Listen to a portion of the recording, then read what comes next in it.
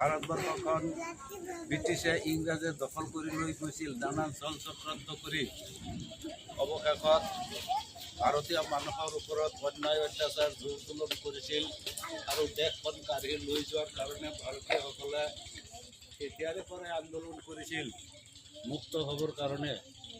সুদীৰ্ঘ 200 বছৰ কাল ইংৰাজসকল থাকিল। শেষত যায় 1947 চনত ভাৰতীয় নেতাসকল মহাত্মা গান্ধী, পণ্ডিত জৱাহৰলাল নেহৰু, মৌলানা আবুল কালাম আজাদ এনেধৰণৰ বহুত সংগ্ৰামী বীৰ শ্বহীদ জোৱানসকল এই স্বাধীনতাৰ কাৰণে প্ৰাণ আহুতি দিছিল আৰু বহুতে জেল খাটিছিল, ভাৰতীয় মানুহৰ ওপৰত অন্যায় অত্যাচাৰ কৰিছিল। সেইকাৰণে অৱশেষত আন্দোলনটো এনেকুৱা তীব্ৰতৰ হ'ল, ব্ৰিটিছসকলে বাধ্য হৈ ভাৰতখন এৰি দি স্বাধীন ঘোষণা দিলে 1947 চনত 15 আগষ্ট তাৰিখে। তাৰপিছত এখন ভাৰত সুন্দৰৰূপে চলিবৰ কাৰণে এখন সংবিধানৰ প্ৰয়োজন হ'ল।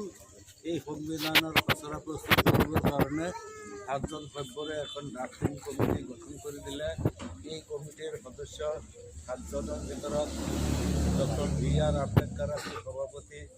2 বছৰ কাল পৃথিৱীৰ বিভিন্ন দেশৰ সংবিধানসমূহ অধ্যয়ন কৰি চালি জাৰি চাই আমাৰ ভাৰতবৰ্ষৰ এখন সংবিধান লিখি উলিয়ালে আৰু এই সংবিধান এখন দীঘল আৰু লিখিত সংবিধান।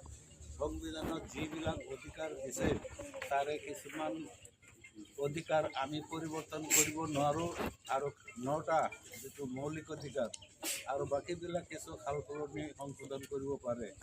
এই সংবিধান যেতিয়া 1950 চনৰ 26 জানুৱাৰী তাৰিখে প্ৰকাশ পালে, তেতিয়াৰে পৰাই আজিৰ দৰে এই আমাৰ আনন্দ দিন আহিল।